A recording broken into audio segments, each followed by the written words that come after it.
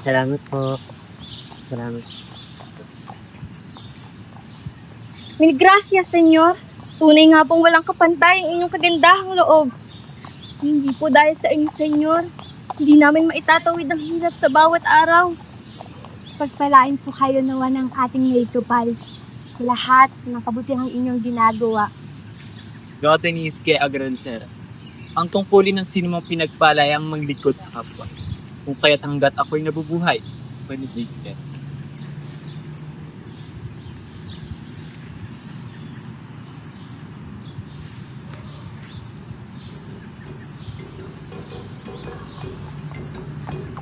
Don Rafael Ibarra, ikaw ay nirereklamo ng rebelyon at erehiya laban sa pamalaan at sa Santa Iglesia. Irehiya? Rebelyon? Ang tanging hangarin ko lamang ay makatulong sa aking Huwag ka nang magpaliwanag! Ikaw ay palaban sa kalooban ng Iglesia, kaya nararapat lamang na ikaw huliin. Verdade! Ganang kumalag! Doon, rebelde! Siya'y mabuting tao! Bakit siya dinadakit? Ang kautosan ng iglesia at pamahalaan na hindi dapat yun i-question. Papartaos!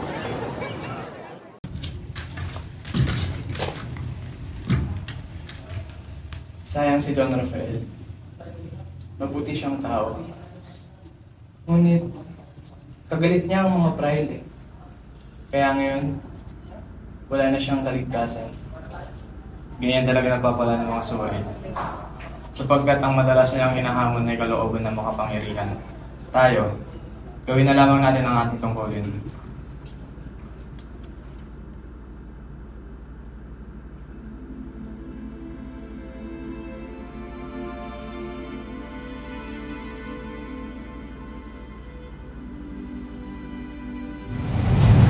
Kung ito ang aking kapalaran dahil sa pagtulong, tatanggapin ko. Ngunit sana, wala. Sana'y mamulat ang bayan balang araw sa katotohanan.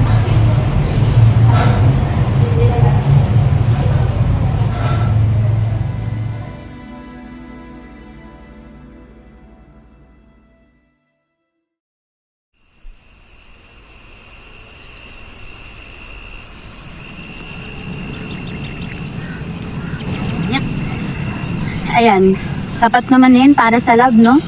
Pwede na. Ay, saan naman tayo pagtapos nito? Siguro ipagpabukas na lang natin kasi paggabi na din eh. Baka umulan na tignan mo yung ingat.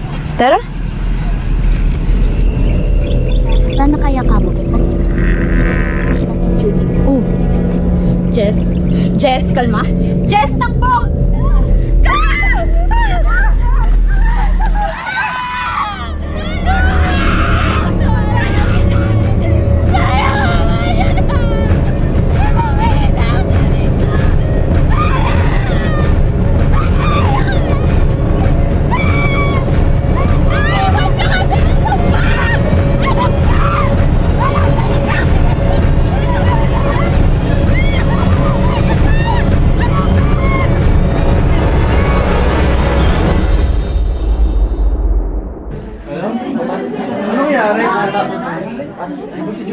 Narito po ang dalawang kapataang voluntary sumubok.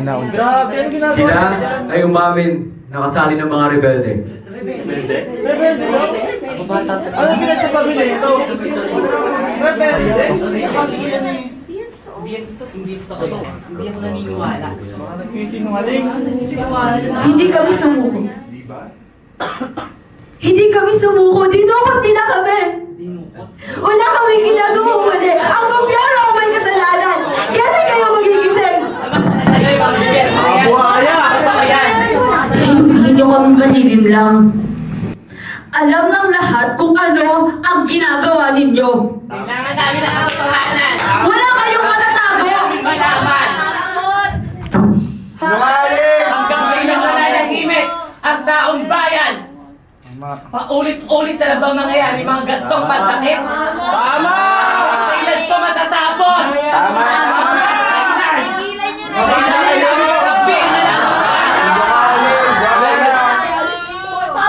Sana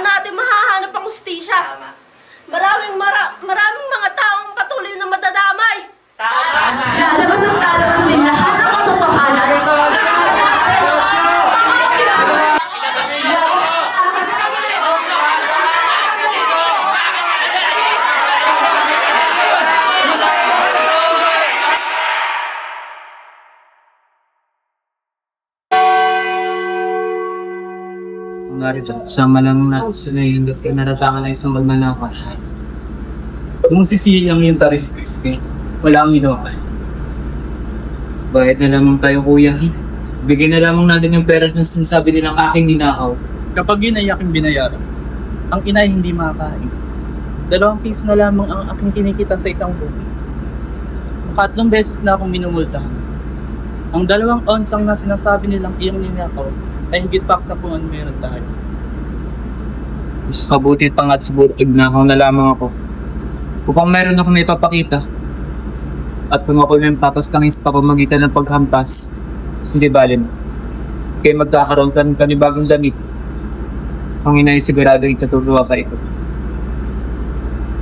Bigil ka nga, Peskin. Hindi mo alam yung sinasabi. Manahimik ka na lang. Sinungaling sinyong lahat. Tayo pinaratangan na magnanakaw dahil ang ating ama ay manunugal. Basilio, binumultahan kita ng kalahating buwan ng iyong hindi tuloy-tuloy na pagtugtog ng kampana. Lansiento, hindi ka lang sinatadya. Ikaw, Crispy!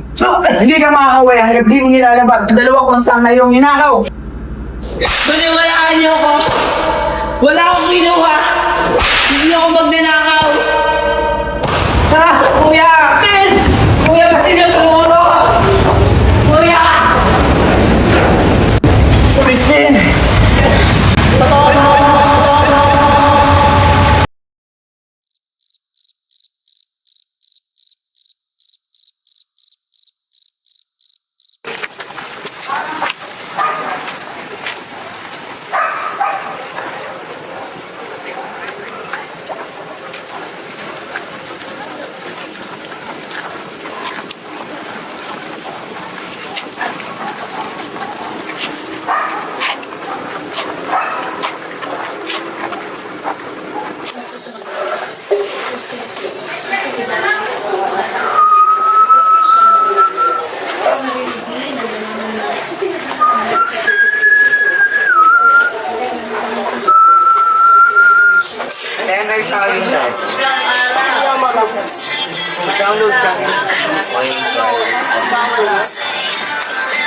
Te, pabiling ng toyo.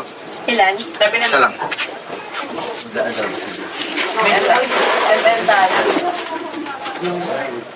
Teka. So, Kaya ba yan? Tingin na. O tingin na. Kay susunod kay. Yan nila Santos. Mga makasama yun. Sino po kayo? Ano pong ginagawa masama? Basta, sumama ka na lang. Okay naman ulit. Sumama ka na lang. Mga pulis po ba kayo? Sir. Sir, sandali lang po. Sir. Sir. Ano naman ulit? Sir. Nilag-lag ka na ng kasama mo. Saan po, sir? Puso ka. Sir, Adik ka daw. Hindi po ako adik, sir. Huwag ka na pumalag. Huwag ka na magsinungaling. Hindi po ako nagtisinungaling, sir. Maayos. Sir, hindi po ako nagtisinungaling, sir. Huwag ka nang pumalag. Sir, hindi po ako nagtisinungaling. Puso ka. Sir, Adik ka. Aminin mo na. hindi po talaga, sir. Sir, Ulit siya. Adik ka. Dolan mo na. sir. Sir, sir. Sir, Ang alas. may exam pa po ako bukas, sir. May exam pa po ako bukas. Sir, may exam pa po ako bukas. Sir, sir, sir.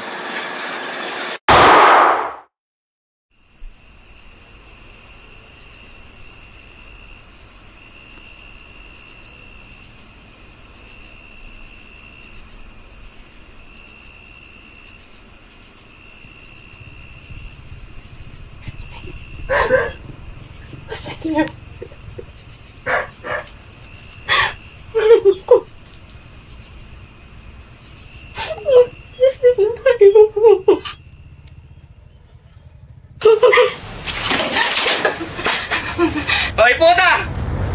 Iyong aminin kung saan naroon ang iyong mga anak sa pistan. Walang alam. Isang abang ina. Hanggang ngayon ay hindi pa rin sila umuwi sa aking tahanan. Supli mong yun! Mong yun! Ay mga magnanakaw! Dahil sa kanila ikaw aming sisingilin at parurusahan! Hindi. Ang aking mga anak ay walang kasalanan. Ang aking mga anak ay walang kasalanan.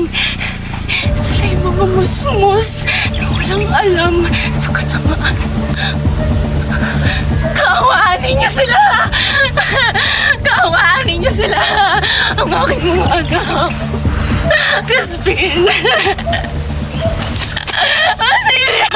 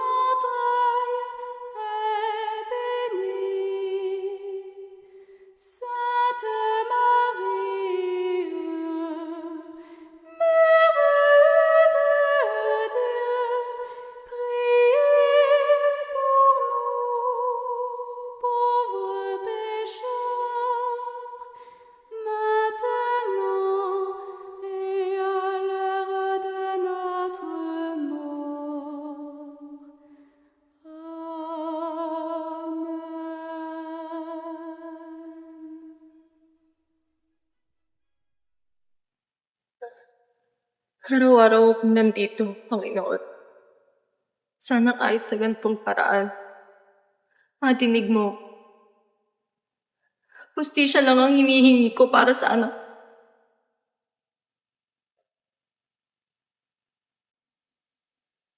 Ilang taon nang nakalipas, pero wala pa ring sagot. Sana kahit sa ganitong paraan, madinig mo ko. Hustisya lang ang hinihingi ko para sa anak.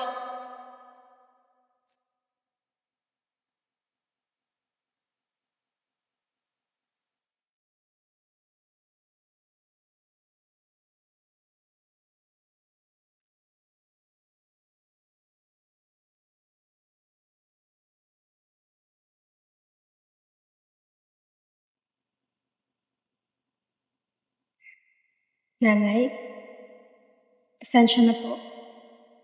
Pwede ko pa kayo makausap? Marami na kayong nauna. Tinanong ako. Kinuna ng litrato. Pero wala pa rin nangyari. Ano pa bang bago sa itatanong niyo? Naiintindihan ko po. Pero gusto kong mismo sa inyo manggaling. Kung ano ang tunay na nangyari. Ano pong nais niyong sabihin sa taong bayan?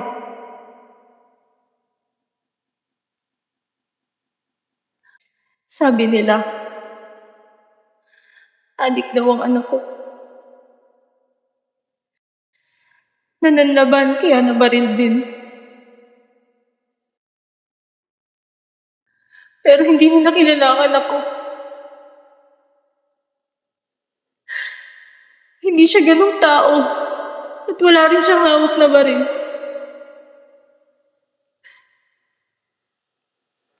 Hindi siya kriminal. Pero tinrato nila siya na parang wala ng karapatan.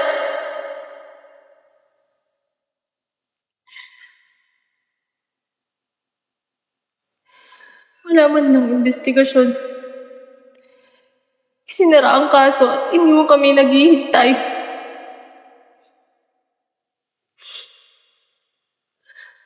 Para bang wala kaming karapatan? Para bang hindi tao ang anak ko?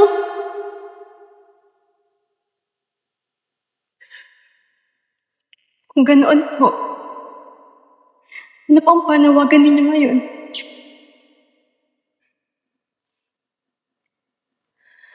Araw-araw akong nagdarasal dito. Ang tanong ko lang, hanggang kailan? Hanggang kailan kami maghihintay? Ilang anak pa ba ang kailangang mamatay para may managot?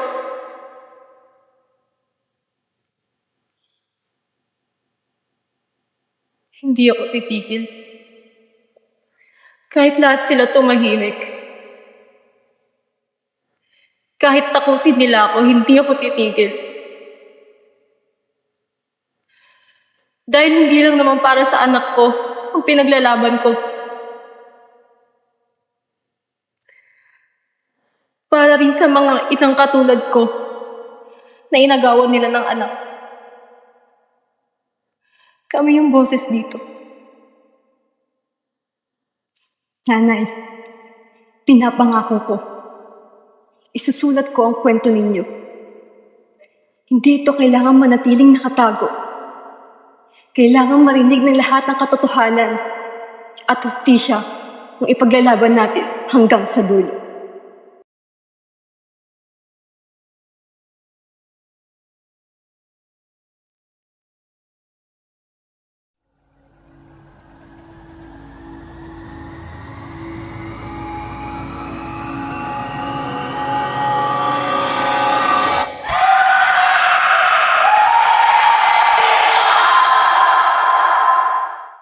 Kahit nakapikit mata, naririnig kita. Kahit nakatakip tenga, nakikita kita. Hindi ako perpekto katulad ng iba, pero kahit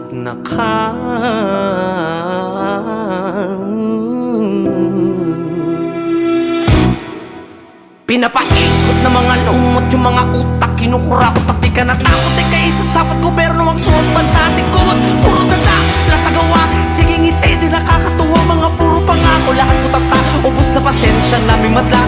Kumakalam na yung mga sikura, biglang papasok, oportunista, nakalimutan ka para sa pera, pagkikisama yan ang binibenta. Diretso ka pa ba sa ating liku-likong sistema o sasama ka sa akin, puksain ang epidemya na lumaganap? Nagpahirap sa mahirap, tumatapos na pangarap, di na magilap yung mga ulap. Habang tayo ay naghihirap, sila sige sa pagkalap ng yaman na dapat panglingap sa ating mahirap. Di ko nilalahat, hindi lahat nagkakalam. Sa dami ng hayop sa gubat, alam ko hindi lahat